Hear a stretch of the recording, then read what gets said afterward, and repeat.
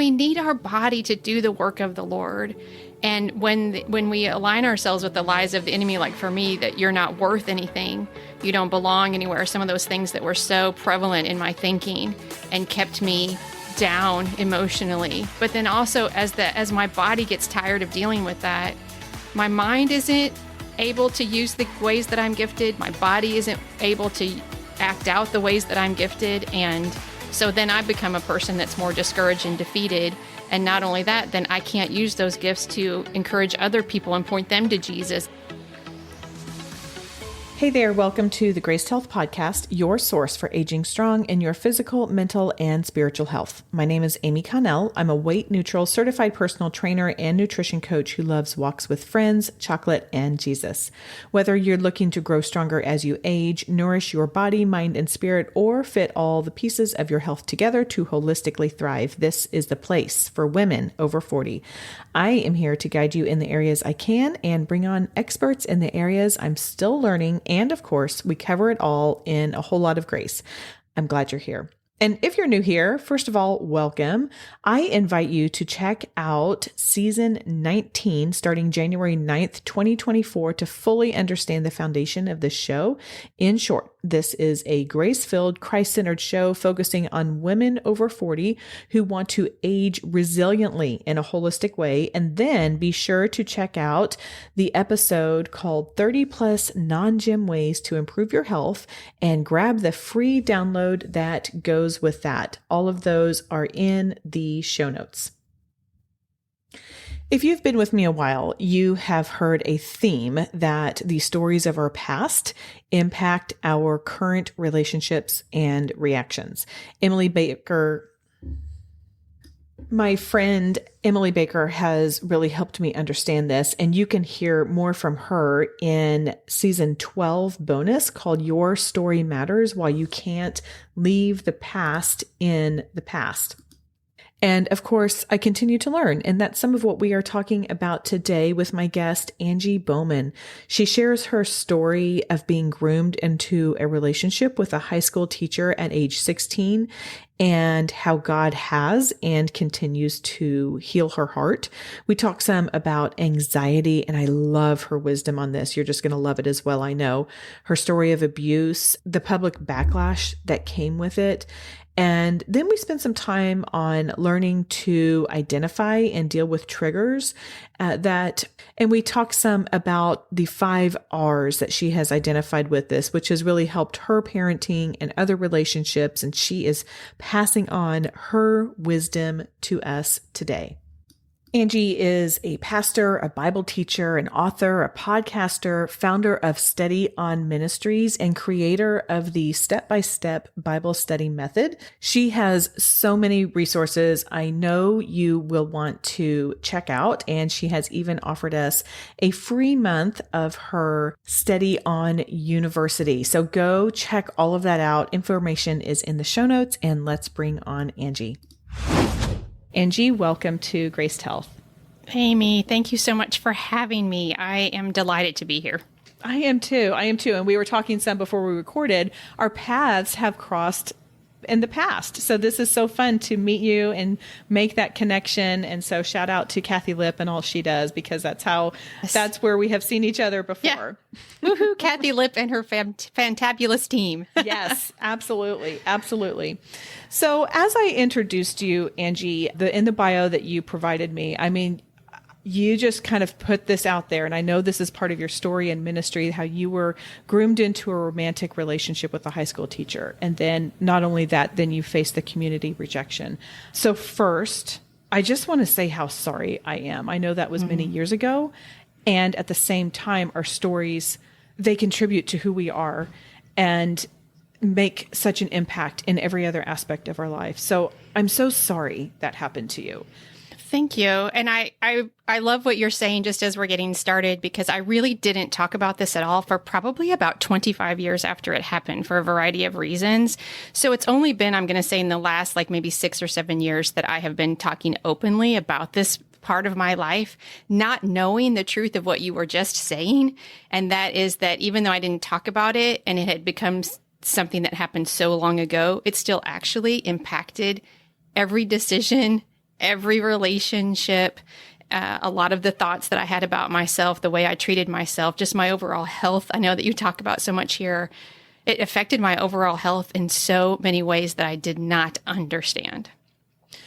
Well, for whatever it's worth, this is something that I have been learning just since I started this journey, this graced health journey. And Emily Baker is a friend of mine, but also does a lot of story work. And she's been teaching me about that.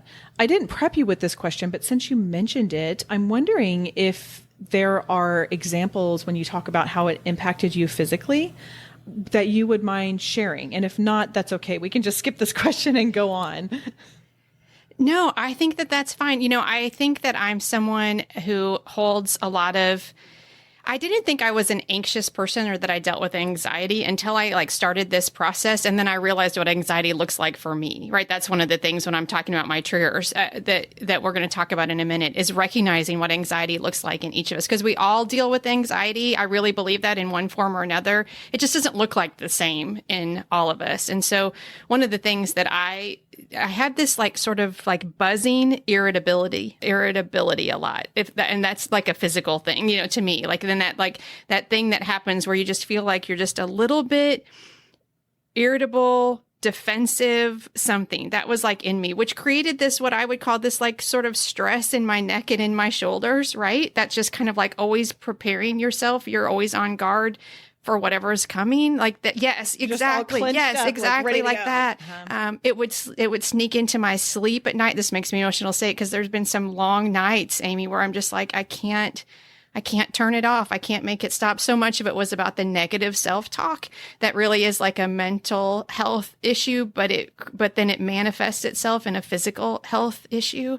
And so I didn't have chronic issues necessarily, but yes, I can recognize now, because now that I live in more peace and freedom, I can see when it's creeping in. I recognize it because it's not a constant state. I'm like, ooh, what are we doing right now? Because I can feel that clenching or that buzzing or that lack of peaceful sleep at night. So those are the things that come to mind just kind of quickly as I'm thinking about how that manifested itself in me. I really like how you said you didn't realize what anxiety looks for you. Yeah. Because I have a picture of what anxiety looks like. And you're right. It may be that my anxiety doesn't look like that. I have found that when I get really stressed, I hold it in my chest.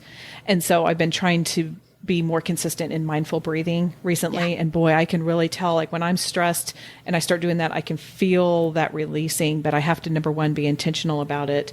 And I really like how you said that, it is going to look different for all of us. And so that's a great invitation just right off the bat for someone to just think, okay, well, how does anxiety look like for me? Yeah. Not necessarily for Angie or Amy, but just for me. Right. And then when we can recognize it, then we can learn how to speak to it. That's one of the things that's been so important to me in my journey. It's oh, I sense this is happening in me. And so instead of the former response to that was negative and not healthy and not helpful, I can develop new habits to respond to that when I recognize it in myself. Mm-hmm. Yes, that's so good. Lisa DeCam is a physical therapist, and she was actually just on the show in January talking about that and talking about the different ways that our body responds. So I love it when people show up to talk about totally different things, and yet it's so consistent because the way that God made us is, unique, but also there are threads or it's more like a Venn diagram of all the different things that overlap. Yeah. And we need our body to do the work of the Lord. And when we align ourselves with the lies of the enemy, for me, that you're not worth anything, you don't belong anywhere, some of those things that were so prevalent in my thinking and kept me down emotionally. But then also as my body gets tired of dealing with that, my mind isn't able to use the ways that I'm gifted. My body isn't able to act out the ways that I'm gifted. And so then I become a person that's more discouraged and defeated. And not only that, then I can't use those gifts to encourage other people and point them to Jesus. And so it's just this it's just this, I don't know. Yeah. Right. It's, Absolutely. yeah. Right. No. Yeah. It's, Yeah. And mhm. we talk about that kind of stuff on here all the time. I mean, my community can probably repeat this with me as I say it, but we take care of ourselves so we can do what we're called to do. And so when we're not Amen. taking care of ourselves and we're not paying attention to our body, then it does impede our ability to, as in your words, work for the Lord, which is, Yeah. it's all the same thing. Yes. Well, thank you for sharing that. I find that so interesting, and I appreciate you sharing your personal experience with what anxiety looks like for you and how that manifests in your body. I'm wondering, as much as you feel comfortable sharing, if you can tell us some about your abuse. And then, of course, we always want to take these situations and point them back to what God did with that. Yeah. So without getting too however much you want to share with that, but then just how God is healing your heart from that. Yeah, thank you. So as you said in the intro, I was 16 and I was groomed and seduced into a romantic relationship with a high school teacher. He was 39 at the time, married, had a child just a couple years younger than I was.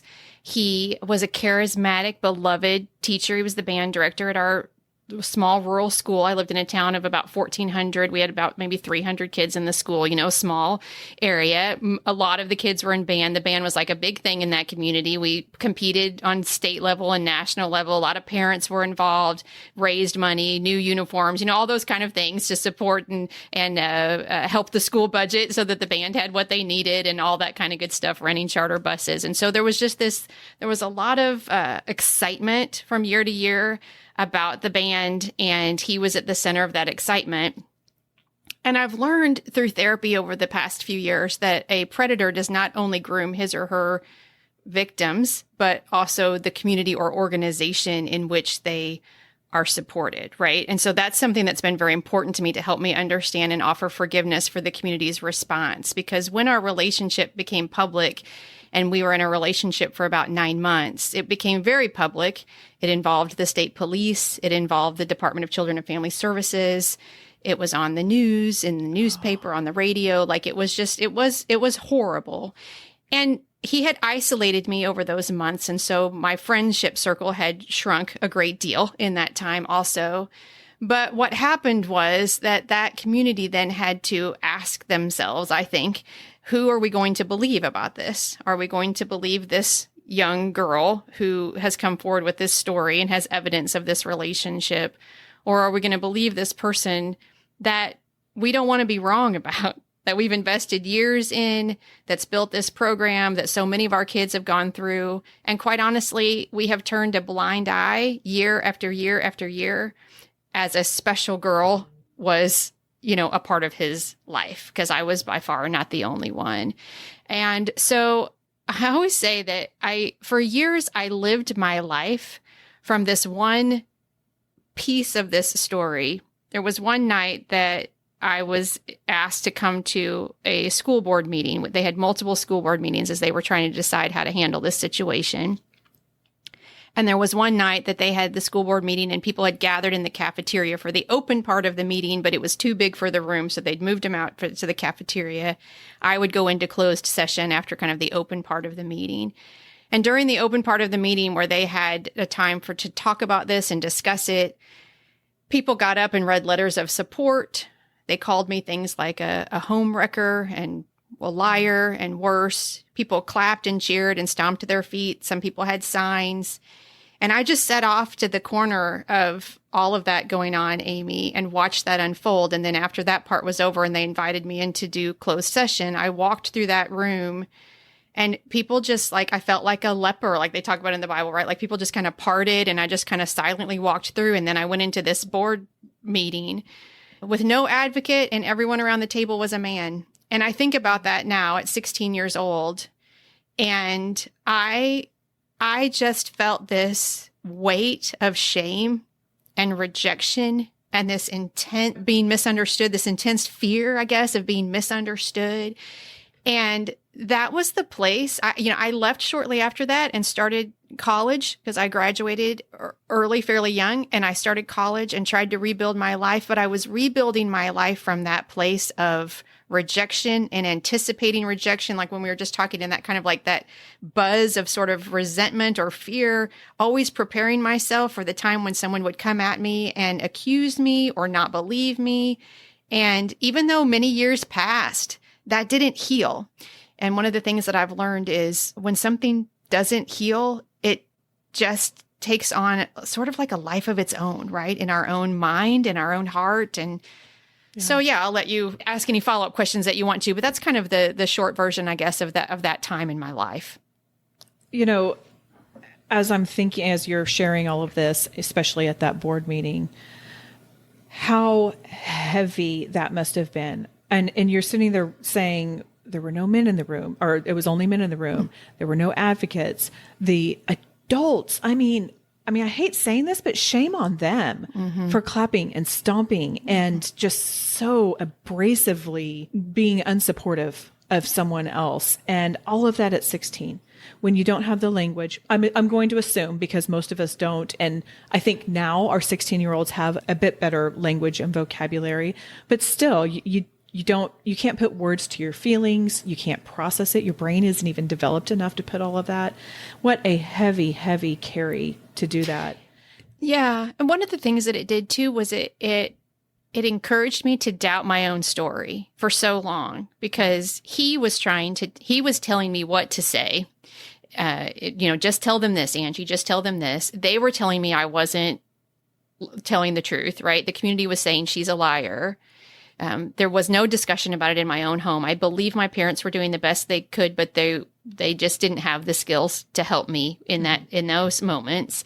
So I didn't have someone who was really saying, you are right. This isn't right what happened to you. And I still struggle with that. I still struggle to believe my own story sometimes, whether it's about this. I mean, this I believe now, right? But sometimes when something comes up and maybe somebody pushes back a little bit or offers some criticism, I can take that way too hard because I question myself and question our relationship, even a trusted person. I don't want to be someone that people have to be careful with, but man, it can send me back to that place real quick if I'm not careful. Oh, yeah, I totally understand that. Mm-hmm. Is there a part of you that wants to go back to 16-year-old Angie and just put both of your hands on her shoulders and say, I am so proud of you for doing this. This is so hard. Yes. I actually have. I've had the opportunity through therapy to have those conversations with 16-year-old Angie, actually. And I'm very grateful for them, because I used to be angry at her that she couldn't have done it better. That it went so bad because she didn't have the skills or something. And I think about now, like surviving that first year of college, especially when I was very much on my own, I had a lot of thoughts of hurting myself. I can't even believe I stayed in school, and now I'm able to look at that 16-year-old version of myself and say, you're a rock star. You're a warrior. We did it. It wasn't pretty at all. And dang, we made some mistakes trying to figure out what to do next. But we are alive. And we are not only are alive, but we have a voice. And we have said the one thing that we won't do anymore. I can quit talking about us in plural tense, I guess. But the one thing we won't do anymore, the one thing we won't do anymore is allow someone to tell us we don't have the right to speak. And that's one of the things I have said for years. I said, I'm sorry I'm here. I'm sorry I'm in the way. I'm sorry I have an opinion, or I just won't have an opinion. I don't want to take up any space. I don't want to bother anyone, because I just didn't want to risk that kind of opportunity for rejection. It was just too scary.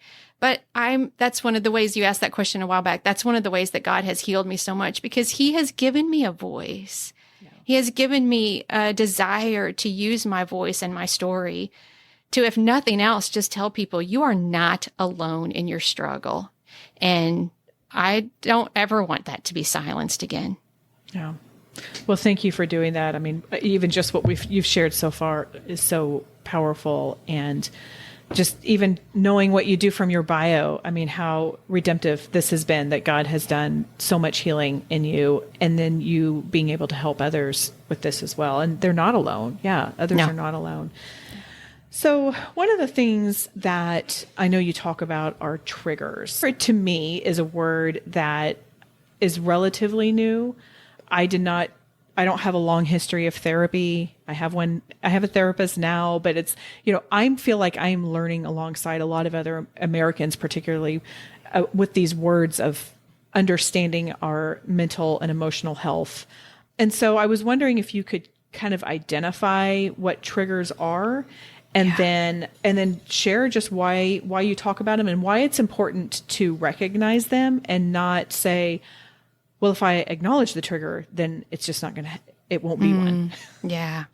I think triggers are something that it is getting talked about a lot now, I feel like. And I think that triggers can be sort of on this continuum. Like I think if we're triggered in any way and we're noticing that, then it's worth dealing with. But it doesn't mean just because we don't have, it's like what we were talking about with anxiety, because we're not triggered in the way that someone else is, doesn't mean we're not triggered. And so I think it's just like, it's sort of this like self-awareness exploration. And the main reason that I talk about it, a trigger to me is something that's small that creates a response that is like an overreaction, right? That's when I know I've been triggered, where I think about when I'm able to pause and think, oh, whatever happened, it didn't deserve the response that it got from me, right? That's one of the things that happens to me. And the reason that I talk about them is because I began to notice with my children. That's where I first really began to notice it, probably. And I believe that my children saved me. I really do, because I loved them so much and I did not want to parent them from that place of brokenness. And I could recognize that I was parenting them from a place of brokenness, that I was putting sort of like my needs and my anxiety on them, that I needed them to not stir up these feelings, but because they were young people it seems like when you have a child, they immediately know everything that you're insecure about, and they just jump up and down on it, like right then without even buttons. Trying. Yeah, yes. they know right what I know. And so when they would jump up and down on my insecurities, in their own ignorance of doing so, I needed to be able to speak to myself about that instead of yelling at them about that. And that's the reason I talk about it, because for me, it's changed everything in my closest relationships as I've been able to be honest about what's really going on in me. I hear you saying that they influence those you care about the most in ways that you didn't expect or intend. Yeah. I have to do this for me because I have to do this for them. That was really the decision about healing. Mm-hmm. Mm-hmm. I hear a similar vein of story in my world in health of like, I'm choosing to do something different because I don't, the story that is being written right now is not the story that I want for my children. Whether it's a parent who, had kids a little bit older, like I remember talking to a pastor one time and he was in his early 40s when he had his youngest, and he said, I'm doing the math and I want to be here. And so he made changes because of, so these aren't really triggers, but it is like this realization of the impact that things can have on the people we love the most. For sure. Yeah. And for me, one of the things that I wanted to offer my children was the opportunity to know me more fully. As I said earlier, I came from a house of silence about important things. We just did not talk about things the way we felt about things, or we just didn't talk about it. And I wanted something for my children. My children laugh sometimes now and they say, oh, that's mom's trauma brain. And we all kind of laugh, haha. But I want them to be able to know that sometimes I'm going to do something that I wish I didn't do it that way, but it's really not about them, because they offer me so much more grace now that they know an appropriate amount of my story, and they can actually even speak back to it and say, Mom, that's not what I meant, or something like that, right? Like we have this relationship that I think is so much healthier because I'm able to say, sometimes I'm going to do something and it is going to seem like an overreaction. And I'm going to be able to say, I'm sorry. And you're going to know that didn't really have anything to do with you. Right. Yeah. And also they can be careful sometimes and be like, oh, mom won't think that's funny. Like, dad might think it's funny, but mom's not going to think this funny. So let's not show it to her or whatever, So there's just this knowing that I felt like they deserved. But I couldn't do it until I could look at it myself. Right. I couldn't offer it to them until I could look at it myself. Yeah. And that's multi-layered as well, because you're looking at it yourself, you're kind of figuring that out. And then you're learning how to parent differently than what was modeled for you. Yes. Yeah. I know a lot while trying to believe your own story. Yeah. Yeah. Yes, Yeah. yes. I think some of it is generational, but I'm turned 50 this year, and I have a lot of friends in my age group who said we did not talk about anything difficult. It was shove it under the rug, put a happy smile on, and go about your business. Yeah. And that's very different than a lot of us are trying to parent with our kids right now. Yes. Yeah. Yeah. Yeah. So that is definitely a complicated journey that I'm sure you have been on. You talk some about the 5 R's and how it's kind of a step-by-step process. Can you quickly share that can help us talk to our triggers? Because I'm kind of thinking that there are people who are listening who are maybe a bit more aware or identifying with some of your challenges, maybe not the exact same story. So I would love if you could just share real quickly those 5 R's. And also, I'll say this before you start, if you're listening, there's also a free download on Angie's website. So you can definitely go grab those. Yeah, if you want. Yeah. And some of it we've already talked about. And I will just say, I always like to say this. The Lord didn't hand this to me in this cute format. You know what I mean? And be like, oh, here, work through these R's. But over time, as I was beginning to recognize these things in myself, I thought maybe it would be helpful if I could kind of write them down the way that my mind is going through these. And I'm seeing some success with how I'm able to stop the response that I used to have. And so I just offer that up. So yeah, so I have 5 steps. They all start with R. Step 1 is recognize. And it's what we were talking about before. When anxiety rises, what does your body do? Right? Like, what's going on in me? Is it a shortness of breath? Is it this buzzing mind? What is happening? What does anxiety look like for you? 1 Peter 5:7-8 says, cast all your anxiety on him because he cares for you. Be alert and of sober mind. Your enemy, the devil, prowls around like a roaring lion looking for someone to devour. And that's the verse that goes with that step for me, because I'm like, oh no, stay aware. Stay aware. If you can recognize it earlier, then you can speak to it before it kind of goes too far and snowballs. So step 1 is recognize. Perfect. Okay. Step 2. Step 2 is reveal. And the question I ask myself is, what am I believing on the inside about what's happening on the outside? John 1:5 says, the light shines in the darkness and the darkness has not overcome it. So a lot of times what I'm trying to ask myself is, where is this coming from? Right? You believe that because your child said this, because your husband said this, you're feeling like he or she is what to you? But what's that really about? Because if you trust this relationship, they probably don't mean to be inviting that feeling in you. So what's really going on in here? And so that's called reveal. But yeah, what's really going on? I love to learn from Brené Brown. And one of the things she calls that the story I'm creating in my head, or the story I'm making up in my head. Mm-hmm. Yeah. And so it's like when you start, because, oh man, I can't even tell you how many times, just one word or one sentence or something like that. And I take onto that. Or if I'm having, I don't want to say a challenge in a relationship, but something's just off, then I start making up the story. I'm like, well, this is why they're upset. And And then when it's finally addressed, it's totally not it. And it's so, not I like how you say what you believe on the inside versus what is happening on the outside. Yeah. And even when we're one of the things that happens to me is just the comparison trap when I'm scrolling or something, right? I'm looking at someone else's ministry success. All of a sudden I'm feeling bad about what am I doing? Right? Why am I feeling bad about myself right now? They're not telling me to feel bad. The Lord's not telling me to feel bad about myself, but it can be in a conversation, but it can also just be in things that are just happening around us, and what are we paying attention to that's creating this sort of negative feeling? What's that about in us, really? Yeah. Right. Mm-hmm. Yeah, that's good. Yeah. All right. What's number 3? Step 3 is remember. And the question I ask is, where have I experienced God's faithfulness in previous circumstances? Psalm 145:13 says, the Lord is trustworthy in all he promises and faithful in all he does. And so whenever I'm feeling the anxiety, recognizing there's something deeper going on that's causing the anxiety, right? where do I know that God has spoken to this in my life before? Or where have I seen his faithfulness in the life of someone else before? Or if we're Bible readers, where do I know that God's faithfulness has played out in a situation before? And how do I claim that right now, right? Like, okay, God, remember, I'm anxious. I'm feeling like she's better than me, or that she's judging me, or that he's rejecting me, or, whatever the case may be. But I know the truth that God loves me, that God is for me, that God has an unfailing love, that God will never leave me nor forsake me. Those kind of things. So where do we claim God's promises in our messy feelings?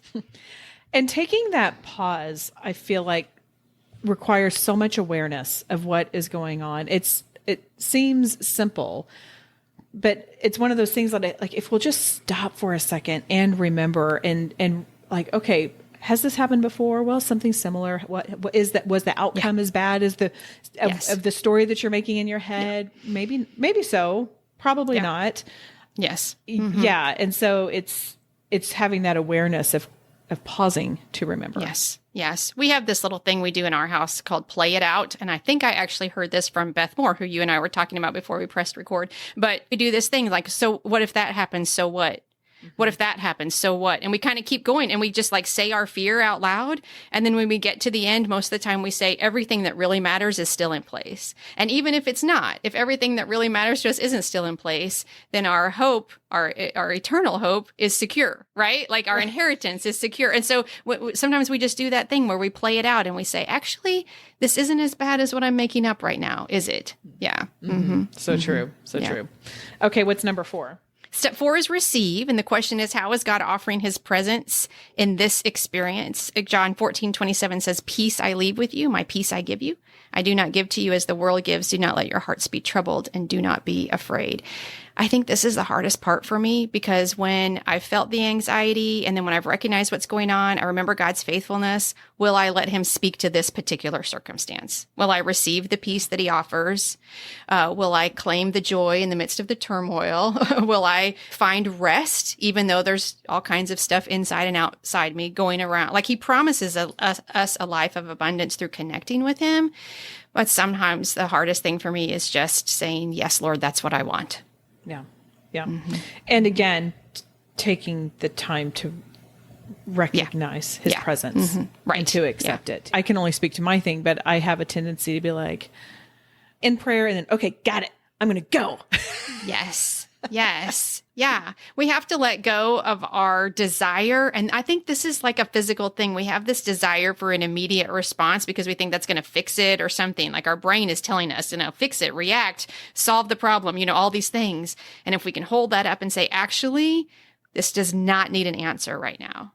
Or actually, you can pause this conversation. Like sometimes my little guy, he's not little, he's 14. He's my little guy, but he can push my buttons faster than anyone else on the planet. But I have learned, I'm like, Josh, I can't keep talking about this right now. Like if you keep pushing me on this, I'm going to yell at you and I do not want to yell at you. But like, do we know ourselves well enough to be like, I don't want to do that. And we don't actually have to talk about this anymore right now. I will talk about it, but right now I'm a mess in here, and I don't want to talk about it anymore. That also makes me think of one of the things that you said just at the very beginning, with about anxiety and how that's going to look differently, like how we respond in those situations is going to look different, and what is successful for us is going to look different. I was in a family, I don't like to talk about family members too much, but a family dynamic, and there was some tension, and someone just walked out of the room, which is very unusual, but just walked out calmly, peacefully, was gone for about 10 minutes, came back in, and you could just see, the relief, the peace. Yeah. And what they ended up saying later is I just had to, basically they were just breathing and they were just tuning in and pulling up something on an app. Yeah. And like, that was wonderful. And I applaud that. And I'm so glad. I'm like, ooh, this is really good. Whereas another family may accept that as, well, he abandoned me. Yeah. Or something like that. Yeah. Mm-hmm. Yeah. I think it's very brave for us to model self-care in the midst of, like, there's so many times that I just self-absorbed all of this that I was feeling and didn't ask for anything. And I don't ask for anything really hard, except every once in a while I'm like, I just need some space and some time. I can't keep talking about this right now, or I can't keep doing this right now. Or even there was a show that my husband and I enjoyed watching, and it took me a while to realize that the show that we were watching, there was nothing wrong with it on the surface, but it just kept me feeling like a victim. Like it kept pointing to something that had happened to me in my life before. And I finally had to say, I can't watch this anymore. Even though we enjoy it, we enjoy this time together. Can we look for a new show? That was a huge thing for me to do in our relationship. I never would have asked that before. I just would have kept saying, you just need to deal with this. It's your problem as well. And I'm like, no, actually, he was so glad I said that because he had no idea it was doing that to me. But I recognized that it was. And so sometimes it's just, how do we identify those things and say, I need this for my own health. Yeah. Saying what we need for sure. Yeah. For sure. Yeah. Okay. So final one, number 5. 5 is repeat. And this is, how do I offer myself grace with this process? Lamentations 3:22 and 23 says, because of the Lord's great love, we are not consumed, for his compassions never fail. They are new every morning. Great is your faithfulness. If we have a story, and most of us do, this is not a one and done. Like, I've been working on this for 5 or 6 years of my life. I say I'm sorry. I do it better. I take it to the Lord. I acknowledge where I haven't done it as well, and I try again, right? Like, and if we don't have grace for ourselves, we won't get out from under the weight of shame. That's what I've learned. And shame is an obstacle to joy. And I want joy. I want Christ's joy in my life. And so I have to continue to say, just because I'm not doing this perfectly, which dang it, but just because I'm not doing this perfectly doesn't mean I'm not getting better. And as I'm getting better, these relationships are getting better. And that's a good thing. So I think that's just step 5 is repeat, because we're going to need to do it more than once. Totally. Mercies are new each day. Yeah. We do. It is not a one and done. It's like cleaning out that junk drawer. Yeah. It will get cluttery again. Yes. Where does that stuff come from? Oh, gosh. But the same is true in our hearts. Sometimes you're like, I haven't, if I don't practice some of my spiritual habits and those things, it gets messy in there again. And it takes a little bit of clean out. Yeah. It does. Yeah. It does. Okay. Angie, tell people where they can get the 5 R's on your website, please. Yeah. There's a freebies tab on my website, livesteadyon.com. So just click on that freebies tab, and the Talk to Your Triggers resources will just drop down right there and you can get it. Perfect. And then you also have some Bible studies, which I would love to learn about more offline, because I'm thinking about maybe doing that for this new book for teen girls. I don't know. But can you tell us about your newest one? It's called Love Never Fails, Building a Framework for Healthy Relationships. Yes, I'm excited about this. It's new. It's brand new. It's on 1 Corinthians 13, verses 4-8, where the Apostle Paul describes characteristics of love. Love is patient. Love is kind. And we go through there's 16 of them, and we go through all 16, one lesson at a time, and really unpack what that word means and what that looks like in our life, and how we can align ourselves better with that teaching to have healthier, better relationships. So it's actually not as much about the other person as it is about us. I'm sorry to tell you. If you don't want to hear that, don't buy the study. Okay. I just had this thought. So I've been out of wedding season for a while, Yes. But often when you go to weddings, it's like, yes. Okay, if you've been married for a really long time, what's a piece of advice? That's my new piece of advice I'm giving everyone. It's more about you than it is about them. I know. I'm sorry. It's so true though. And it's like the sooner you can realize that, the sooner you're going to have a more productive relationship and healthy relationship. Mm-hmm. Yeah. It's Amy, it's on you, girl. And I always have, because I am an abuse survivor, there's a letter in the front of the book, even, that I'm like, a letter to abuse survivors. This is not a way to deal in an abusive relationship. I just always like to put that on there, right? Like, I'm not talking about that. I'm talking about the coworker that rubs you the wrong way. I'm talking about the discussions that you have with your husband that you can't get, you just can't get out of that cycle. You know what I mean? Those things. I'm not talking about if someone is mistreating you. So yeah, totally. I actually do a similar thing in my book for teen girls. I have a section or a chapter on healthy relationships and kind of managing it, and like, if you don't want to say no, how to do that. And then I was like, because I have pro tips all throughout, and I'm like, pro tip: if you're in a bad situation, no is a complete answer, and this is That's not what I'm talking about here. Right. Yeah. Right. I'm not talking about that. Yeah. Yeah. So same thing. Okay. So you also have a podcast. So I would love it if you would share some about your podcast, who it's for, and what a listener can expect to hear. Yeah, so the podcast, I release episodes every Monday. It's called Steady On, like the ministry, and it uses my step-by-step Bible study method. Step-by-step is an inductive Bible study tool. We take one verse of scripture, and then we look at one word in that verse of scripture to find life application. So the podcasts are for people who want to dig deep into the Bible, and I just take you through those 5 steps. Sometimes I have a co-host, sometimes it's just me, but we're just looking for nuggets of truth in the Word.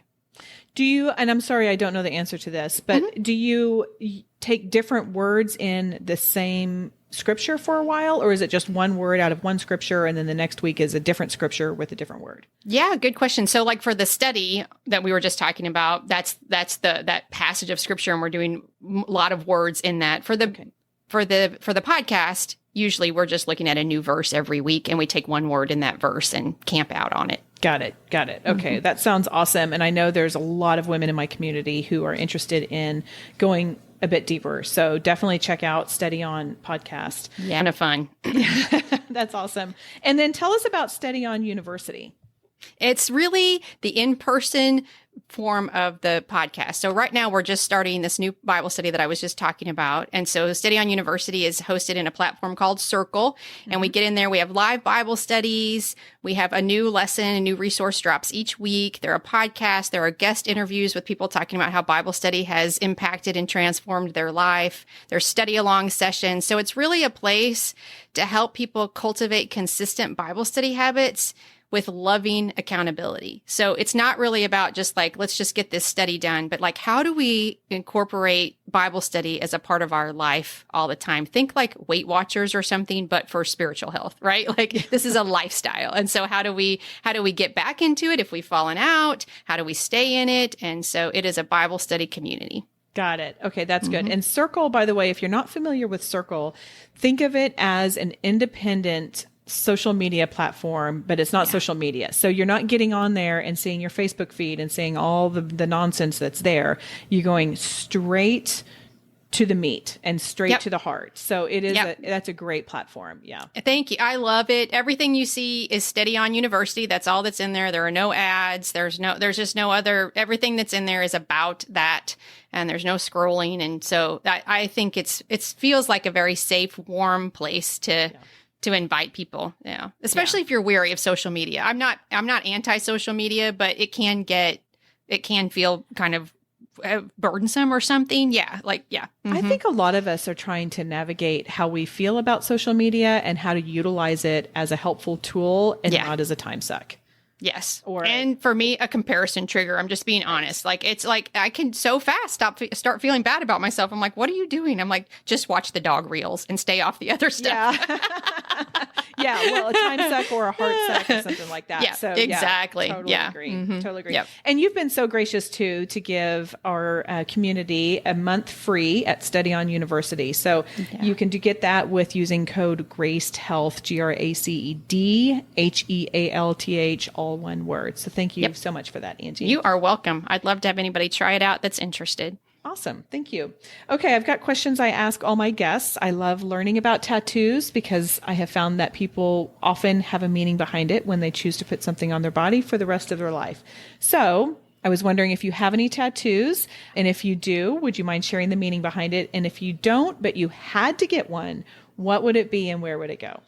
I had a love-hate with this question because I would love to have a tattoo, but I have never thought of anything that's important enough to me to like tattoo it on myself. So I'm like, here's the thing. You got to think of it now. You know, what I finally decided, if I had to do it today, I would do something on my finger like a ring and put breathe. We were talking about that before, but I'm like, I think I would just have breathe written right there on my finger, on my hand, where I would see it all the time and just remind me of that pause, that breathe in, that will help me. It just helps me so much. So that's my answer today. That's great. That's great. And it's okay if it changes. And I love the idea of having it on your finger. I had Heather Creekmore on recently, and I love Heather. I know. Isn't she the best? Yeah. She was talking about doing that. She would do like on her wedding ring. So something like that. But I haven't heard, I don't think I have yet heard someone say on their finger for a different purpose, a different finger for a different purpose. So I love that. I love that. Angie, tell people how they can connect with you, and go ahead and mention your website one more time, please. Yeah, it's livesteadyon.com, and everything we've talked about today, books, Steady On University, freebies, all that kind of good stuff it's just right there. So perfect. Awesome. Podcast episodes. Yeah. Everything. Awesome. Yeah. That's very robust. I know that takes a lot to put together. Do you have a meaningful Bible verse that you would like to share?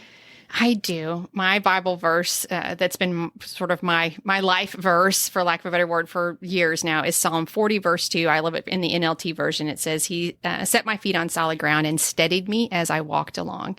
That's where Steady On the ministry comes from. And I feel like I just understand that verse so much from someone who walked around just feeling like the earth was just shaking beneath them all the time. But I feel like that verse reminds me that His presence is just like this hand on the small of my back that just helps me, that steadies me. But it's this as I walked along, right? Like, so there's this, it's like that repeat in the triggers. Sometimes I'm going to slip, I'm going to forget, I'm going to get shaky. And He just steadies, just, oh, child, just keep taking one step in front of the other and we'll be fine. You're going to be fine, So that's my verse that I love so much. I love it. Yeah, that's great. Thank you for that. And then I'm going to let you have the last word. What is the one simple thing that you would like our community to remember about this conversation? It can be big, it can be small, but just one simple thing. There's no substitute for time with Jesus. Everything that He has taught me, all the healing that I've been through, everything has come from a commitment of spending time in His Word and with Him. And connecting with Him is the answer to whatever it is we're going through. I just believe that with all my heart. Amen. Make time. Okay. That's the short answer. Make time. That is all for today. Go out there and have a graced day. Did you know that if you listen to your podcast on Apple Podcasts and you do not play a show you follow for more than 15 days and you haven't played the last 5 episodes, that Apple will pause downloads for that show?